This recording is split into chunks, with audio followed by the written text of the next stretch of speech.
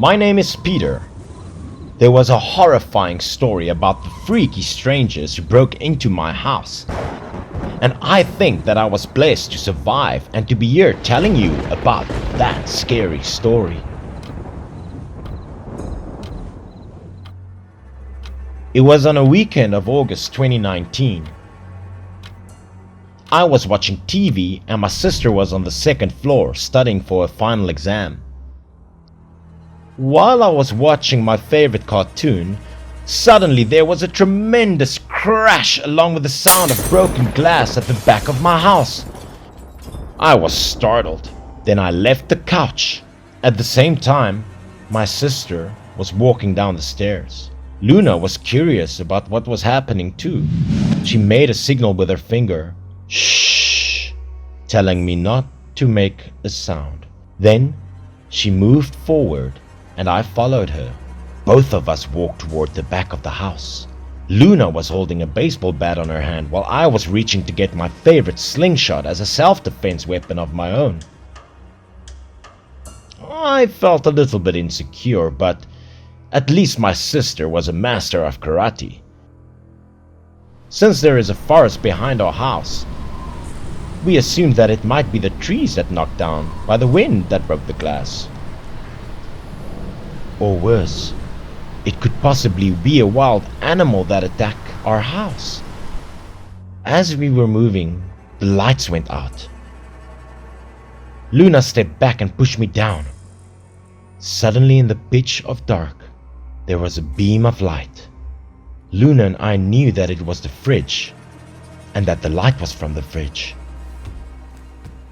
As we moved closer, we saw a man devouring a gigot which had just taken out from the fridge.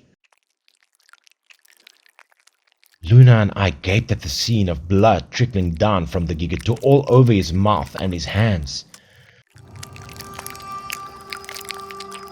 The light emitted from the fridge made his face look even more hideous.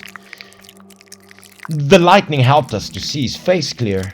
That was a man with untidy hair and a bushy beard. We almost barely breathed. But suddenly the lightning flashed outside. That freaky man turned around and he saw us. We stood there and were not able to utter a word. But right after that, he appeared to be scared and ran out of the house via the broken glass. I hurriedly called our neighbors for help while Luna dashed into the storehouse to fetch a shotgun. I made many phone calls, but no one received it. I was afraid whether my neighbors got killed. As I continued to make phone calls, hoping they may answer, there was a loud noise from the front of my house, followed by the power cut again. That must be someone breaking the front door to get in. Oh, being so scared, Luna grabbed my hand and dragged me fast to the basement. Then closed the lid of the basement right after that. Underneath the humid basement, Luna and I nestled against each other, eyes staring at the stairs of the basement, praying not to get caught by those freaky strangers.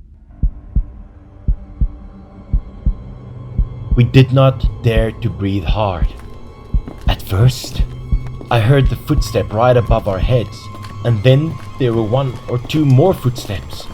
It was not until then that I could figure out that there were more than 3 of them. I could not imagine how terrible it could be if they caught us. Suddenly, I heard voices emitted from the floor above, like a conversation between 2 of them, but in a language that I could not understand. I just assumed that one of them was speaking in French. The other one is speaking in the way as if he was an Asian. After that was the sound of breaking and rummaging. Being quiet for about 10 minutes, my fear seemed to grow. I whispered in Luna's ear that they might have gone, but Luna signaled me to stay here and wait. Suddenly, the lid of the basement shook violently, and then there was the sound of axe cutting the basement lid. Luna grabbed the shotgun and aimed at the lid. They had figured out that we were here. After that, there was a gunfire. Then we heard the sound of someone talking. I realized that it was Tom, our neighbor's voice. Then Luna and I breathed a sigh of relief. The lid was open, and he said, "Everything is all right." We happily ran and hugged him. Luna burst into tears because of fear. Later after that, I just knew that when John saw my missed phone calls, he sensed that something was wrong and something was happening, so he dashed to our house. Then he shot one of the strangers. The others had left for the forest, he said. The police conducted an examination around the area and told us they suspected 3 strangers might be the human traffickers that they had been hounding. Recently, police were taking action to take control of illegal immigration and human trafficking. Thus, there might be many people hiding in the forest. I was also told about the case of the migrants smuggling into the UK in a refrigerated truck container, and all of them died because of suffocation. That's such a tragic scene. I continued to look up for cases of illegal immigrations on the internet. Most of the migrants are the Asians. They could be murdered, beat, and left starving by the human traffickers. I wonder, when would human trafficking and illegal immigration end?